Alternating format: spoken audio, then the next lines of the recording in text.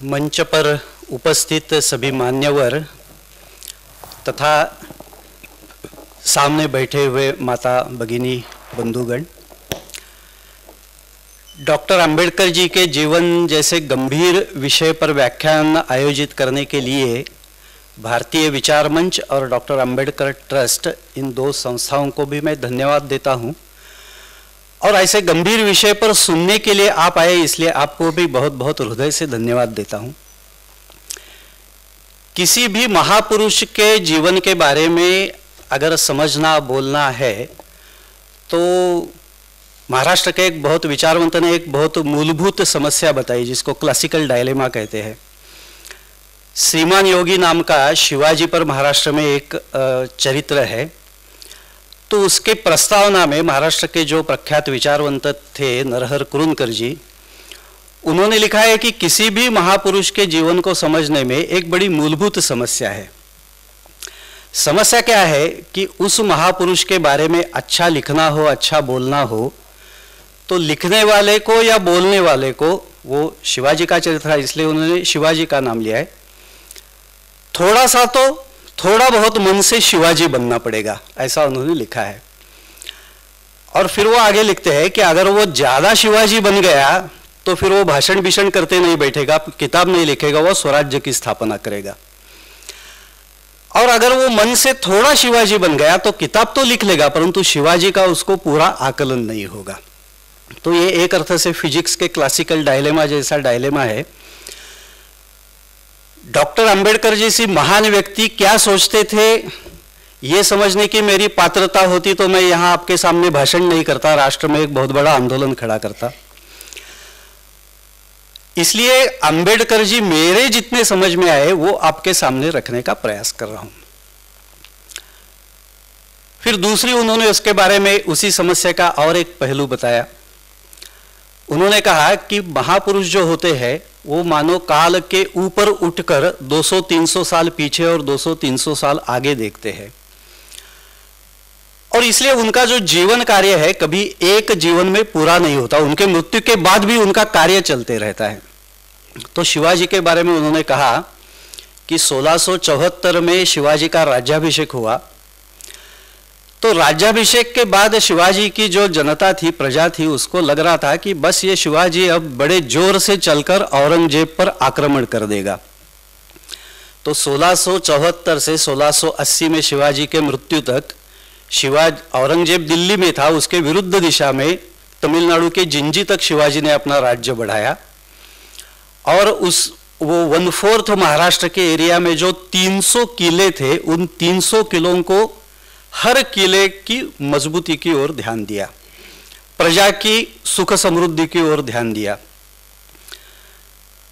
तो प्रजा के ध्यान में नहीं आ रहा था कि इसने राज्याभिषेक तो बड़े जोर से करवाया, अभी औरंगजेब पर युद्ध नहीं कर रहा है। तो कुरुंदकर कह रहे थे कि शिवाजी क्या सोच रहा है ये लोगों के समझ में नहीं आता। कुरुंदकर ने कहा है कि बाद में औरंगजेब जब चलकर आया तो राजाराम जब जिंजी तक चला गया तो इतनी दूर सेना फैलाना संभव नहीं था। एक एक गढ़, एक एक किला शिवाजी का जीतने में औरंगजेब को 2-2, 3-3 साल लगते थे, बहुत पैसा खर्च होता था।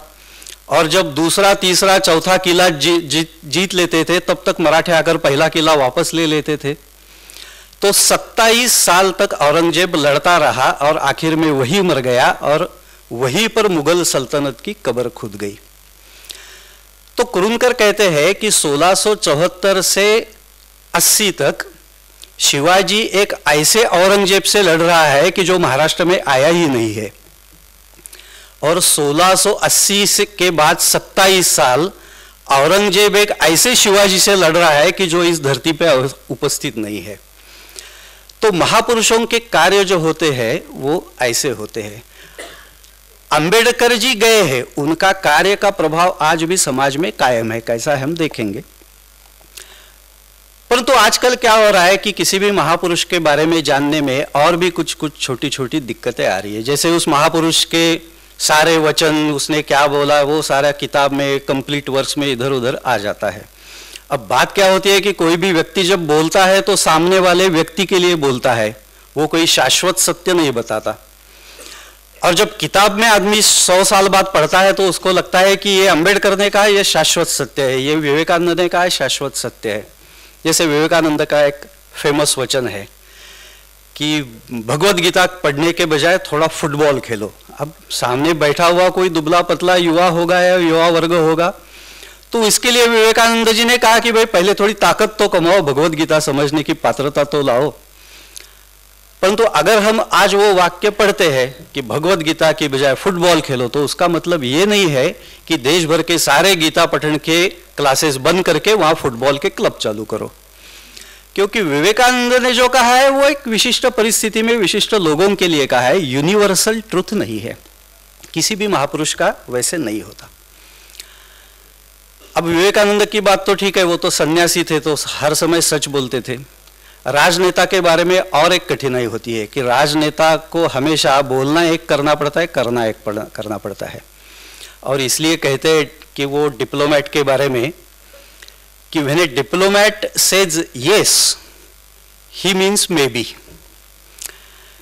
When a diplomat says may be he means no, and when a diplomat says no then he is not a diplomat. कोई भी राजनेता कभी किसी को ना नहीं कहता। तो ये जो राजनीति का स्वभाव है, इसके कारण भी ये जो सारे महापुरुषों के वचन है उसका अर्थ लगाना बहुत मुश्किल हो जाता है। और इसलिए उसके कुछ वाक्य सिलेक्टेड ट्रुथ्स वगैरह निकाल के उसका मिस रीडिंग भी किया जाता है, मिस रिप्रेजेंटेशन भी किया जाता है, उनको फेल्स गॉड्स भी कहा जाता है। तो अब ये क्या होता है कि ये जो सिलेक्टिव ट्रूथ जो होता है ना, ये it is more dangerous than a लाई।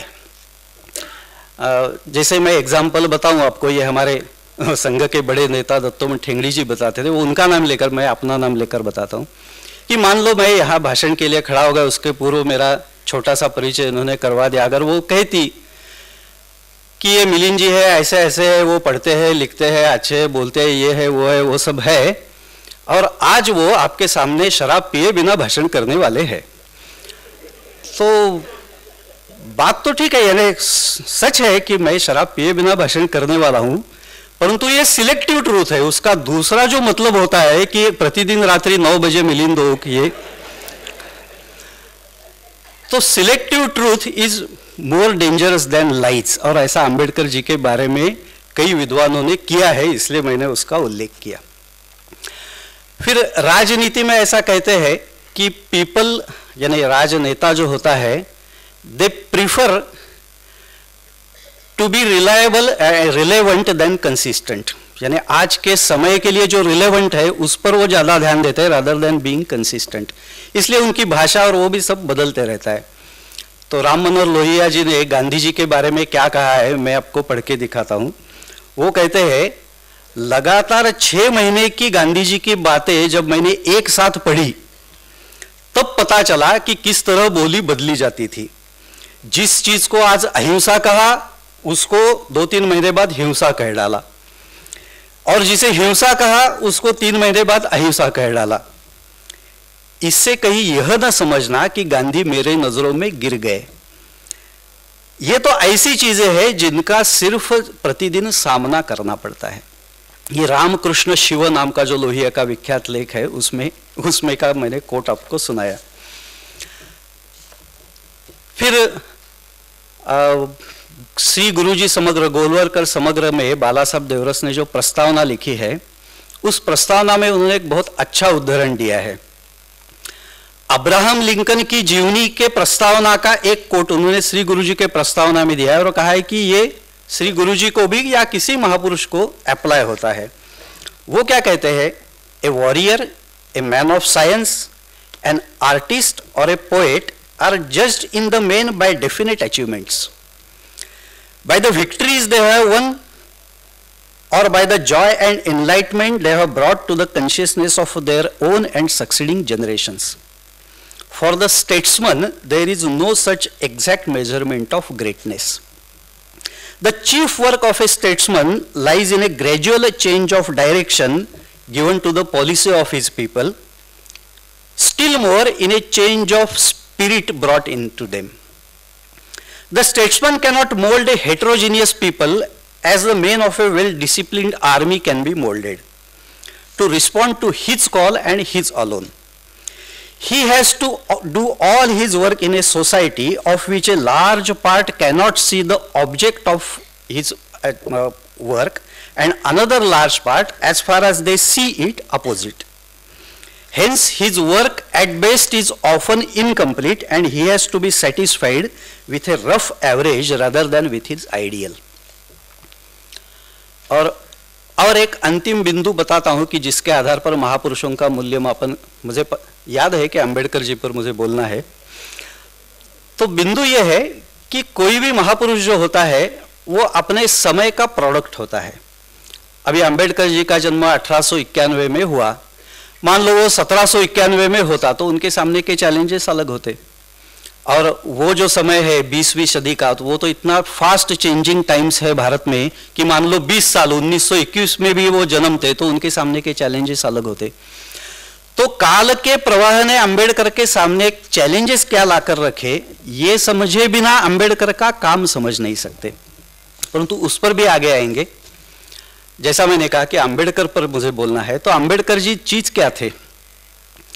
तो पहली बात तो मैं उनका वर्णन करूंगा कि he was a first class academic, intellectual and economist politician.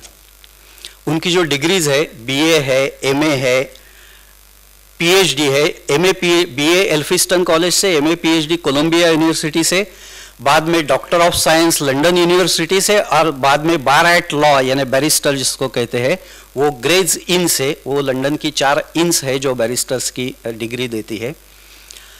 और इन सब के उनके जो विषय है administration and finance of the east India company, ये उनका एमए थीसिस का विषय है, जिसमें ईस्ट इंडिया कंपनी ने भारत को कैसे लूटा इसका इकोनॉमिक टर्म्स में शुद्ध रीति ने वर्णन किया है। उनका डीएससी का थीसिस है लंदन का, उसका टाइटल है द प्रॉब्लम ऑफ रूपी। उसका विषय वही है कि ब्रिटिशों ने भारतीयों को कैसे लूटा, और वो इतना स्ट्रांग शब्दों में लिखा था कि डीएससी के उनके गाइड ने उनको एक बार वो वापस भेजा कि भाई पास होना है तो थोड़ा सा तो डाइल्यूट करके दे दो, बहुत ज्यादा टीका हो गई। तो ऐसी जिस व्यक्ति की देशभक्ति थी, परंतु देशभक्ति की ओर मैं नहीं जा रहा हूं, अगर आप वो पूरा पीरियड देखेंगे तो इकोनॉमिक टर्म्स में ब्रिटिशों को एक्सपोज करने वाले पूरे आजादी के आंदोलन में केवल 3 नेता हो गए। एक दादा भाई नौरोजी, दूसरे रोमेश चंद्र दत्त जिन्होंने इकोनॉमिक हिस्ट्री ऑफ इंडिया लिखा, तीसरे डॉक्टर अंबेडकर। और उसमें भी दादा भाई नौरोजी और रोमेश चंद्र दत्त ये ट्रेंड इकोनॉमिस्ट नहीं थे, Ambedkar was a trained economist.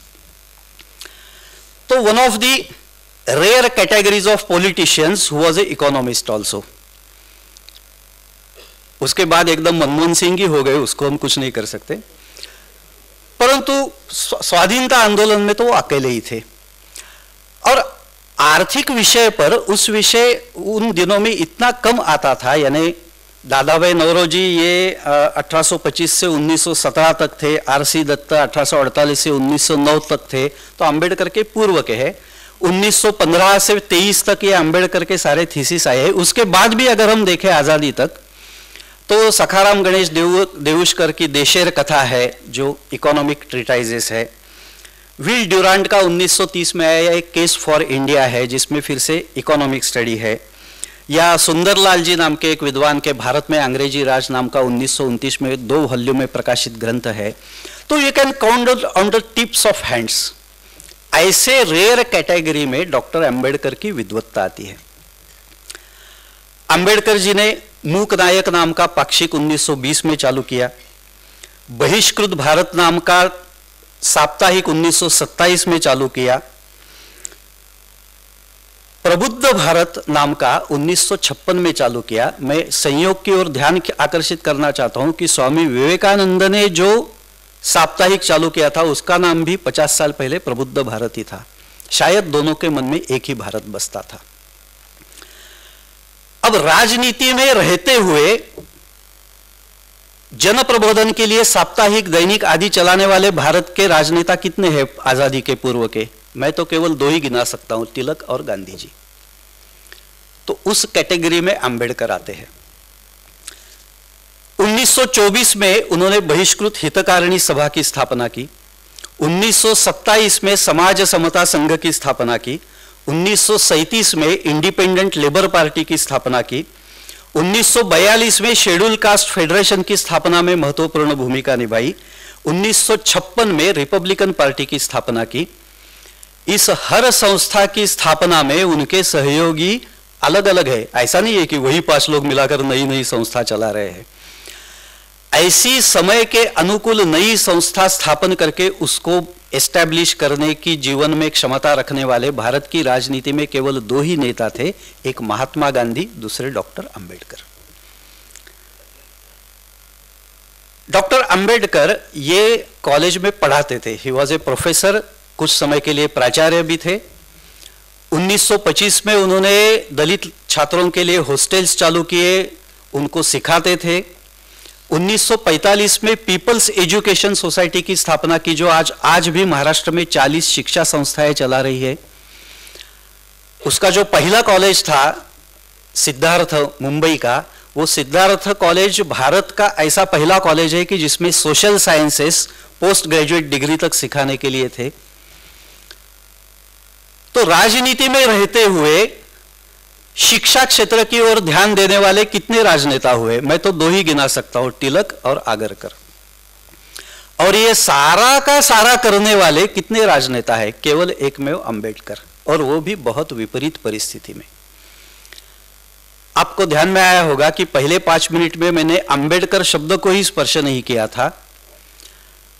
अभी मैंने अंबेडकर जी की विशेषताएं बताई, बाकी सारे नेताओं के तुलना में वो कैसे टॉल खड़े होते हैं। अभी तक मैंने दलित शब्द को स्पर्श नहीं किया है, क्योंकि उसकी आवश्यकता अंबेडकर को नहीं है। Ambedkar is in itself he is a great leader. परंतु संयोग से ग्रेट लीडर कैसे है? तो मान लीजिए कि मूक नायक उन्होंने 1920 में चालू किया, उसके पहले ही 1919 में उन्होंने साउथ बोरो कमेटी के सामने एक गवाह दी थी। तो 1919-20 ये उनके सार्वजनिक जीवन का अगर हम प्रारंभ मानते हैं, तो 1932 में सारे दलित नेताओं की उपस्थिति में गांधी जी और दलित नेताओं में जो पैक्ट हो गया, जिसको पुणे पैक्ट कहते हैं, उसका दूसरा नाम है गांधी अंबेडकर पैक्ट। उसमें देश भर के 8 प्रमुख दलित नेता थे, परंतु सभी 8 दलित नेताओं के शीर्ष नेता के रूप में डॉक्टर अंबेडकर केवल 12 साल में उभर कर आए थे। 1941 में उनके जीवन के 50 साल जब पूरे हुए, तो उनका अभिनंदन करने वाली देश भर में 70 सभाएं हुई, जिसमें सभी पक्षों के नेताओं ने भाग लिया। उसमें 3 सभाएं ऐसी थी कि जिसमें 1 लाख से भी ज्यादा उपस्थिति थी। उसमें एक सभा में तो अंबेडकर स्वयं भी उपस्थित नहीं थे, फिर भी 1 लाख लोग इकट्ठा हुए थे। तो 20 साल के अंदर वो देश के शीर्ष नेताओं के स्थान में पहुंच गए थे, और 1951 में भारत के संविधान निर्माता के रूप में देश के शीर्ष राष्ट्र महानायक के रूप में उन्होंने अपना स्थान ग्रहण किया था। उसकी और एक विशेषता मैं आपको बताता हूं, तो आपको अंबेडकर जी कितने एस्ट्यूट पॉलिटिशियन थे ये ध्यान में आएगा। ये पूरे कालखंड में गांधी जी को विरोध करके एक भी राजनेता भारतीय राजनीति में बचा नहीं। सुभाष चंद्र बोस जो थे, वो गांधी जी का विरोध करके कांग्रेस का अध्यक्ष चुनकर आए, परंतु उनको इस्तीफा देना पड़ा। जवाहरलाल नेहरू को गांधी जी से एडजस्ट करना पड़ा, ऊपर ऊपर से तो उनकी लीडरशिप स्वीकार करनी पड़ी। 20 से 47 के कालखंड में गांधी जी का विरोध करके भी जो देश के शीर्ष राजनीति के स्थान पर पहुंचा, ऐसा एकमेव नेता है डॉक्टर अंबेडकर, और इसके लिए एक बहुत बड़ी राजनीतिक ताकत लगती है। एस्ट्यूट पॉलिटिशियन का एक वो उदाहरण है। अब जो एस्ट्यूट पॉलिटिशियंस होते हैं, नॉट नेसेसरीली वो अच्छे एडमिनिस्ट्रेटर होते हैं। विरोधी पक्ष में होते हैं तो अच्छे लगते हैं, मंत्री बनने के बाद बुरे लगते हैं, हमको सबको पता है। परंतु अंबेडकर ऐसे नहीं थे। वॉर कैबिनेट का मिनिस्टर के रूप में ही उनका परफॉर्मेंस बहुत अच्छा है। और जो बात बहुत लोगों को पता नहीं है कि 42-45 जब वो वॉर कैबिनेट में मिनिस्टर थे, उनके पास बांधकाम का भी डिपार्टमेंट था। तो हिंद महासागर को अरब महासागर से जोड़ने की योजना पर उन्होंने कार्य प्रारंभ किया था, जिसको आज interlinking of the reverse project कहते हैं। अब उनको पता था कि 42 से 45 तक तो ये पूरा नहीं होने वाला, परंतु जैसा मैंने कहा कि महानायक हमेशा आगे की पीढ़ियों का सोचता है। उस विषय को उस क्षमता से उठाने वाला केवल एक पंतप्रधान बाद में हुआ है, वो है अटल बिहारी वाजपेयी। और एक छोटी सी बात बताकर फिर मैं आगे बढ़ता हूं कि जब रिपब्लिकन पार्टी की उन्होंने 1956 में स्थापना की, तो 1956 में उन्होंने ये कहा कि ये जो राजनीति में नए नए युवा आते हैं उनको पार्लियामेंट्री डेमोक्रेसी का ट्रेनिंग देने के लिए प्रोफेशनल इंस्टीट्यूट चाहिए, और ऐसी इंस्टीट्यूट उन्होंने स्थापन